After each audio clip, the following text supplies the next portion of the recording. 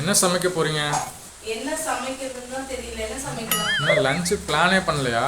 மழை வேற பெஞ்சிட்டே இருக்கு. சரி என்ன சமைக்கலாம் சொல்லுங்க, நீங்க ஐடியா கொடுங்க. என்ன சமைக்கலாம்னு.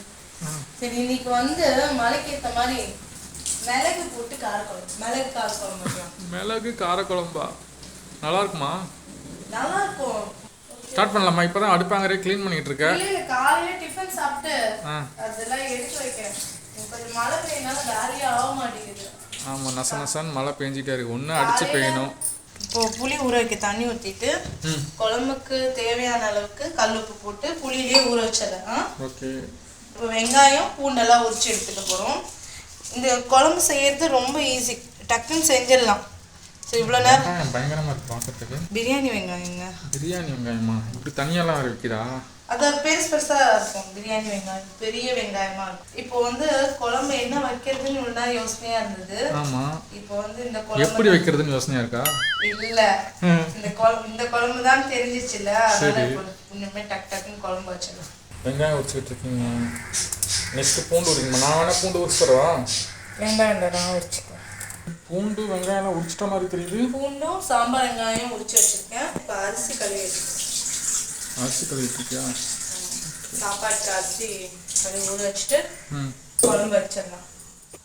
இப்போ இந்த குழம்புக்கு வந்து லேசாக நம்ம எல்லாத்தையும் கொஞ்சம் வறுத்து அரைக்க போகிறோம். அதுதான் கொஞ்சம் வேலை. அதனால சரி சாதம் ஊற வச்சிடலாம்.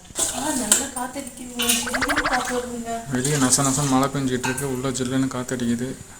துணி மட்டும்தான் காய மாட்டேங்குது, மற்றபடி மழை பெய்யா நல்லா இருக்கும். மும்முரமாக ஏதோ வேலை பார்த்துட்டு இருக்க மாதிரி இருக்கு. ஆமாம், குழம்புக்கு வந்து இதோ இதுங்க வந்துங்க. இப்போ நம்ம மிளகு குழம்பு தானே வைக்க போகிறோம். அதனால இப்போ மிளகு வந்து அஞ்சரை பெட்டியில் போடுறேன். ஆமாம், இப்போ ரசம்லாம் வச்சேன்னா காலி வச்சேன். ஆமாம். இப்போ வந்து கடாயை எடுத்துக்கலாம். இந்த குழம்பு வந்து நம்ம கடாயில தான் வைக்க போகிறோம். அதாவது இந்த குழம்பு வந்து நல்லா திக்காக வைக்க போகிறோம், கெட்டியாக அந்த மாதிரி வைக்க போகிறோம். மிளகு குழம்பு. மிளகு குழம்பு. மிளகு குழம்பா மிளகு கார குழம்பா? ரெண்டுமே சொல்லிக்கலாம். புளி கரைச்சி ஊற்றுறோம்ல, கார குழம்பு மிளகு குழம்புன்னே சொல்லிக்கலாம். இப்போ வந்து இதில் வந்து 1 ஸ்பூன் அளவு மிளகு போட்டுக்கிறேன். ஒரு 3/4 ஸ்பூன் அளவு வெந்தயம். ஓகேவா? இதோட கொஞ்சோண்டு செமையா இருட்டிட்டு வருது வானம். இதோட கொஞ்சோண்டு சாப்பாட்டு அரிசி ஒரு 1/2 ஸ்பூன் வச்சுக்கலாம். அப்போ தான் இந்த குழம்பு நல்லா திக்காக வரும். ஓகேவா? இதை லேசாக பொன்னிறமாக வறுத்து எடுத்து வச்சுக்கலாம். எண்ணெய்லாம் எதுவும் ஊற்றல, வெறும் கடாயில் சிகப்பாக வறுத்துக்கலாம். லேசாக வந்து மிளகு குழம்புன்றனால 2 வெந்தயமும் போட்டுட்டேன். நல்லா வாசனை வந்துருச்சு பாருங்க. இப்போது இந்த அரிசிலாம் கொஞ்சம் பொரிஞ்சு வந்துருச்சு, மிளகு வெந்தயம் செவந்துருச்சு. இப்போ வேறு தட்டில் மாட்டிட்டேன், கொஞ்சம் தட்டில் மாற்றிக்கிட்டேன், ஆறட்டும். இப்போ இதே கடாயில் வந்து கொஞ்சோண்டு நல்லெண்ணெய் விட்டுக்கலாம். 1 ஸ்பூன் நல்லெண்ணெய் விட்டுருக்கேன். ஓகேவா? இதில் வந்து குழம்புக்கு எடுத்து வச்ச சாம்பார் வெங்காயம் பூண்டு இதில் வந்து கொஞ்சமாக எடுத்து வதக்கிக்கலாம். கொஞ்சம் வச்சுக்கலாம், கொஞ்சம் வதக்கிக்கலாம்.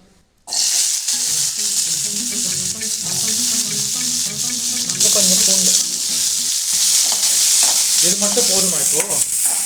இப்போ நம்ம இந்த வெங்காயம் பூண்டு இதெல்லாம் நம்ம அரைக்க போகிறோம். இதோட கொஞ்சம் மசாலாலாம் சேர்த்து அரைக்க போகிறோம். என்ன ஆஹா, வெங்காயம் பூண்டு வதங்கிறது செமையாக இருக்குது வாசனை. இதில் வந்து 1 ஸ்பூன் அளவு கடலைப்பருப்பு போட்டுக்கலாம். 1 ஸ்பூன் 1.5 ஸ்பூன், ஏன்னா கடலைப்பருப்பு நல்லா டேஸ்ட்டாக இருக்கும். ஒரு 1/2 ஸ்பூன் அளவு உளுந்து. ஓகேவா? ஜீரகம் சேர்க்கணும். இந்த குழம்புல வந்து நம்ம மிளகாத்தூள் எதுவும் சேர்க்க போகிறதில்ல. இந்த காரத்துக்கு இதில் வச்சு அரைக்கிறது தான். ஒரு 1.5 ஸ்பூன் அளவு தனியா.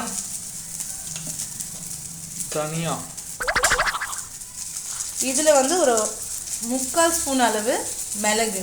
இதுலையுமா? ஆமாம், ஏற்கனவே நம்ம அந்த ஃபஸ்ட்டு அரைச்ச மிளகு போட்டு. ஆமாம், மிளகு குழம்பு தானே இது, அதனால் கொஞ்சம் அதில் ட்ரையாக கொஞ்சம் அரைச்சி வச்சுருக்கேன். இதில் வந்து காரத்துக்கு நம்ம குழம்புக்கு எவ்வளோ காரம் தேவையோ அந்த அளவுக்கு காஞ்ச மிளகா சேர்த்துக்க போகிறோம். மிளகு 2 ஸ்பூன் கிட்ட சேர்த்துட்டோம். 4 காஞ்ச மிளகா வச்சுருக்கேன். 4 காஞ்ச மிளகாய். கொஞ்சோண்டு ஜீரகம், ஒரு 1/2 ஸ்பூன் அளவு ஜீரகம். இதெல்லாம் சேர்த்து அடுப்பை சிம்லேயே வச்சு கொஞ்சம் லேசாக வறுத்துக்கலாம். இந்த எண்ணெயிலே லைட்டாக வறுத்து எடுத்துக்கலாம். காரத்துக்கு தகுந்தப்ப நம்ம காஞ்ச மிளகா வச்சுக்க போகிறோம். அதான் வச்சுட்டோமே. இன்னும் ஒரு மிளகா வச்சுக்க. என்னது? ஹலோ, ஏற்கனவே மிளகு 2 வாட்டி போட்டேன். இப்போ காஞ்ச மிளகா ஏற்கனவே 4 போட்டிருக்க. மறுபடியுமா? ஒரு மிளகா. நம்ம மிளகாத்தூள் எதுவும் சேர்க்க போகிறது இல்லை, வெறும் மிளகு. ஓ, இதில் மிளகாத்தூள் எதுவும் சேர்க்க போகிறது இல்லையா? இந்த காரம் தான். ஓகேவா? ஸோ இது வந்து அந்த காலத்தில் வந்து மிளகாத்தூள்லாம் சேர்க்காம வெறும் மிளகு மட்டும் சேர்ப்பாங்க. ஸோ அந்த ஸ்டைலில் இப்போ நீ பண்ணிக்கிட்டு இருக்க. யார் மிளகு? ஆனால் நான் காஞ்ச மிளகா வச்சுருக்கேன். சரி, நான் ஆஃப் பண்ணிடுறேன். ஓகே. இன்னும் மிளகு மட்டுமே போட்டு செஞ்சு அது வேற மாதிரி இருக்கும்ல?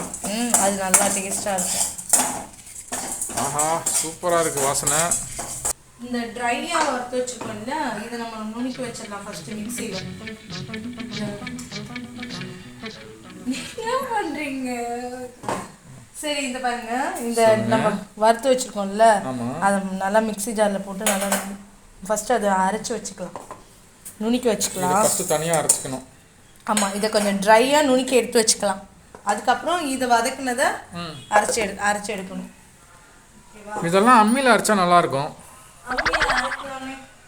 எப்போ அரைக்க போகிற? வாங்கி ரொம்ப நாள் ஆகுது. அம்மி கொஞ்சம் யூஸ் பண்ணணும், பழகணும். யாருக்கு பழகணும்? நீ பழகணுமா இல்லை அம்மி பழகணுமா? அம்மி அரைக்க தெரியுங்க. அப்புறம் சரி, நான் மிக்ஸி போடுறேன். இன்னும் ஃபஸ்ட்டு ட்ரை மசாலா அரைச்சாச்சு. இதை அரைச்சி தனியாக எடுத்து வச்சுக்கலாம். பயங்கரமாக இருக்கு ஸ்மெல்லு. ஓகேவா? தள்ளி வச்சுருங்க. அவர் ஊற விட்டு தள்ளி வச்சிரு. இப்போ இதில் வந்து மசாலா அரைச்சிடலாம்.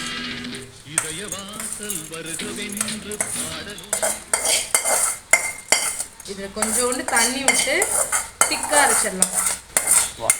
வரட்டுன்னு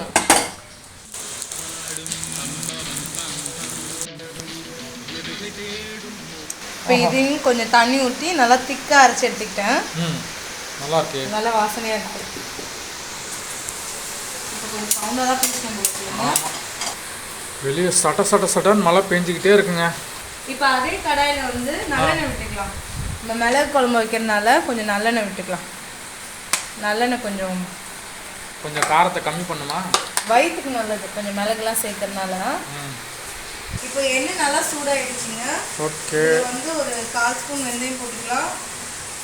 கொஞ்சம் கடுகு போட்டுக்கலாம். வேறு கடுகு வெடிக்கணும். வெடிச்ச உடனே இவங்களெல்லாம் செஞ்சு உள்ள போடுறியா? ஆமாம்.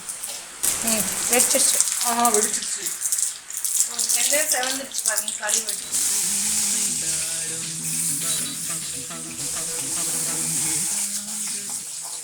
இப்போ வந்து வெங்காயமும் பூண்டு வந்து லேசாக எண்ணெயிலே வதங்கணும். நல்லெண்ணெயிலே கொஞ்சம் நேரம் வதங்கணும். ஓகேவா? ஓகே. அதுக்குள்ளேயே புளி கரைச்சி எடுத்துக்கிறேன். ஏற்கனவே புளியை ஊற வச்சிருந்தோம்.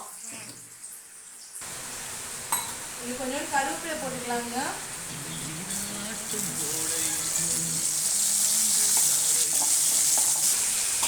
ஸோ இப்போ இதுக்கு சைட் டிஷ் என்ன செய்ய போகிற? தொட்டுக்க வெஞ்சனம் அதான் என்ன பண்ணலாம், காய் ஏதாவது பொரியல் பண்ணிடலாம். பொரியல் நல்லா இருக்கும் அந்த குழம்புக்கு. கோஸ் இருக்கு, ஏதாவது பொரியல் பண்ணிக்கலாம். கோஸ் இருக்கு, ஏதாவது பொரியல் பண்ணிக்கலாமா? கோஸில் தாம்மா பொரியல் பண்ண போகிற? இல்லை, கோஸ் கொஞ்சம் தான் இருக்கு. இந்த மலைக்குள்ளே போய் என்ன அனுப்பிச்சி விட்றாத கடைக்கு. கடைக்கு வாங்கிப்பாங்கன்னு சொன்னாங்க. வீட்டில் இருக்கிற மலையெல்லாம் நீங்கள் போக வேண்டாம். கொஞ்சம் கோஸும் கொஞ்சம் முள்ளங்கி இருக்குது, ரெண்டும் சேர்த்து ஒரு பொரியல் பண்ணிக்கலாம். சரி, இப்போ பாருங்கள், வெங்காயம் பூண்டு கருவேப்பிலை எல்லாம் நல்லா வதங்கிடுச்சு. நம்ம தக்காளி எதுவும் போடல. இப்போ என்ன பண்ண போகிறோம்? இதை அரைச்சி வச்ச மசாலா போட்டுக்கலாம் எண்ணெயில். தக்காளி விலையெல்லாம் ரொம்ப அதிகமாக போச்சுன்னு நீங்கள் தான் சொல்லுங்கள். ஆமாம், இந்த மழை பெய்யுதில்ல, உடனே தக்காளி விலை ஏறிடும். ஆனால் அதுக்காக இல்லை, இந்த குழம்புல தக்காளிலாம் போட வேண்டாம். ஓஹோ. சரி, இப்போ இதில் கொஞ்சம் தண்ணி கலந்து ஊற்றிக்கிறேன். சரி, இதில் வந்து நம்ம மசாலாவில் புளியை கரைச்சி சேர்த்துக்கலாம். ஓகே, எனக்கு பிடிச்ச ஷார்ட்டு. என் மேலே சாரில் அடிக்குது. புளி ஊற்றி புளி கொதிக்கணும். கொதிச்சுட்டு நம்ம இந்த அரைச்சி வச்ச மிளகுத்தூள் இருக்குல்ல, அதோட சேர்க்கணும். சொல்லுங்க. அதங்க, குழம்பு நல்லா காரமாக இருக்குது. சரி, நம்ம மிளகு வேற ஒரு ஸ்பூன் வறுத்து வச்சுக்கோங்க. ஆமாம் சேர்க்க போகிறோம். ஆமாம். சரி அதனால இன்னும் கொஞ்சம் புளி கரைச்சி சேர்த்து. அப்புறம் புளி குழம்பு ஆயிரப்போகுது. ஆகாதுல்ல. காரமா ரொம்ப காரமாகவும் இல்லாமல் சாதத்தில் போட்டு காரம் குறைஞ்சிடும். ஆனால் எத்தனை வாட்டி தான் புளியை ஊற்றிக்கிட்டே இருக்கணும்.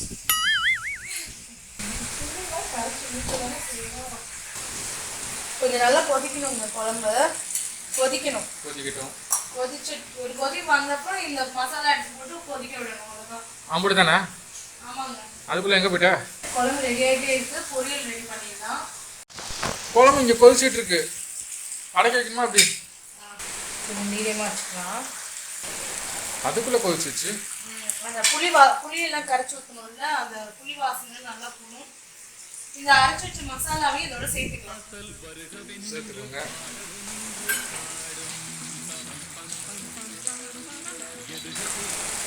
இப்போ நல்லா அடுப்பை சிம்மிலே வச்சுக்கலாம். குழம்பு நல்லா திக்காகிட்டே இருக்கு. திக்காயிடுச்சு பாருங்க. நான் கூட என்னோட தண்ணியாக கிடைக்குன்னு பார்த்தேன். வாசனை இப்போ தான் வருது. நான் கொஞ்சம் லாங்கில் இருந்தேன்னா அதனால வாசனை வரல. இப்போ தான் வந்துட்டே இருக்கு. அங்கே ஏதோ கெட்டியாக கிடக்கு. இல்லை அதான் மசாலா போட்டோம்ல, அங்கங்கே ஒரு சாக்காய் நிற்கிறது. அதே தம்பிங்களா நல்லா கறந்துருங்கடா. அப்போ தான் குழம்பு நல்லா வரும். என்னம்மா அப்படியே வாசனை பிடிக்கிற மாதிரி இருக்கு? அப்படியே வேது பிடிக்கிறியோ?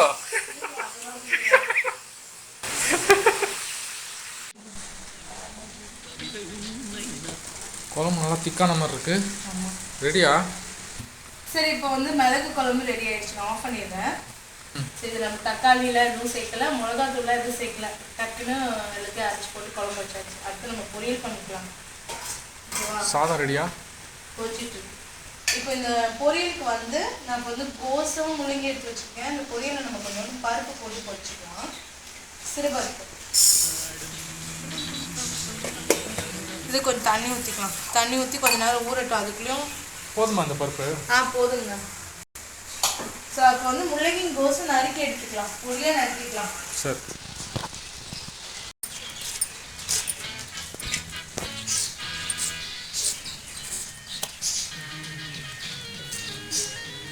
இவ்வளோ நறுக்கு நறுக்கணுமா? அப்போ தான் நல்லா மெலிசாக இருக்கும். பொடியாக நறுக்கி வச்சேன்.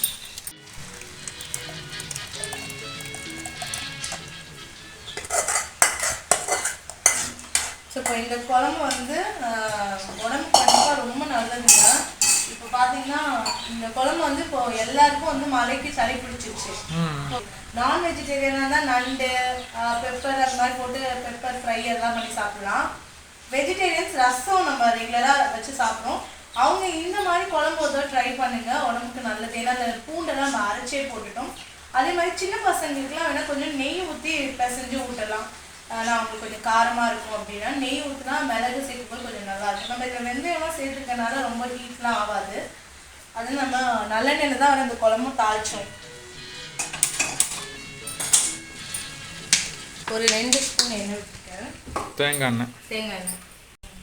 இதில் ஒரு 1/2 ஸ்பூன் அளவு உளுந்து, கொஞ்சம் கடுகு, 2 ஜீரகம்.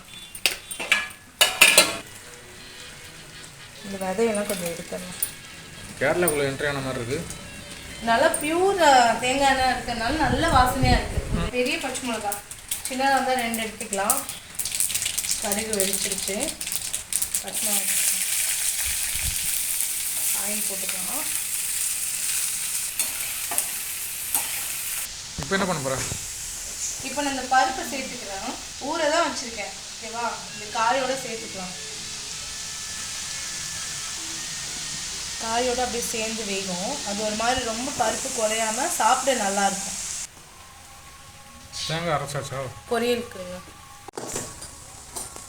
இப்போ வந்து காய் லேசாக வதங்கிடுச்சு. நம்ம உப்பு போடவே இல்லை. பொரியலுக்கு தேவையான அளவுக்கு உப்பு சேர்த்துக்கலாம். இப்போ இதோட கொஞ்சம் கருவேப்பிலையும் சேர்த்துக்கலாம்.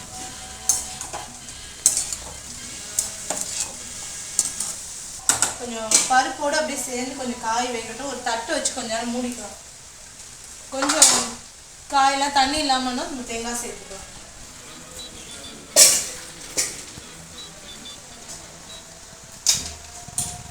இப்போ வந்து குழம்புக்கு வந்து சாதாரணமாகவே கார குழம்புக்கு ஏதாவது அப்பளம் இருந்தால் கொஞ்சம் நல்லா இறங்கும். அதனால நம்ம நீட் அப்பளம் மட்டும் பொரிச்சுக்கலாம். நன்றி. மிக்க நன்றி. பொரியல் என்னாச்சுன்னு பார்க்கலாம். பொரியல் வாசனை, பருப்பு வாசனை வந்துடுச்சு. அதான் அந்த காயோட பச்சை வாசனை போயிடுச்சு, பருப்பு வாசனையும் அந்த தேங்காய் எண்ணெய் ஸ்மெல்லும் நல்லா வந்துடுச்சு. தண்ணிலாம் எதுவும் இல்லை, நம்ம தேங்காய் போட்டுக்கலாம் பொரியல். துருக்குன தேங்காய் மாதிரி இருக்கு, நல்லா ட்ரையா இருச்சோ. ஆமா, தண்ணி ஊத்துனியா? தண்ணி ஊற்றக்கூடாது பொரியலுக்கு, சும்மா அப்படியே மிக்சியில் அரைப்போம். அந்த மாதிரி தண்ணி ஊற்றாம அப்படியே. கிரேவி ஏதாவது நம்ம தண்ணி ஊற்றி அரைப்போம், பொரியலுக்கு அப்படியே துருக்கி போடுவோம். தேங்காய் போட்டாச்சு, பார்க்கவே அருமையாக இருக்குது. இப்போ பொரியல் ரெடி ஆயிடுச்சு. காயில் பொரியல் எதுவும் தண்ணிலாம் எதுவும் இல்லாமல் நல்லா இஞ்சிடுச்சு. இப்படி கொஞ்சம் தண்ணி இருக்கிற மாதிரி இருந்தால் கொஞ்சம் ஹை ஃப்ளேமில் வச்சு அப்படியே கிளறிக்கலாம். இப்போ பொரியல் ரெடி ஆயிடுச்சு, நல்லா அமுக்கி மூடி வச்சிடலாம். வத்தல் வாசனை சூப்பராக இருக்கு. இதய வாசல் வருகவென்று பாடல் ஒன்று பாடும். ஆஹா, இந்த வத்தலை பார்க்கும் போதே பசி கபகபாங்குது.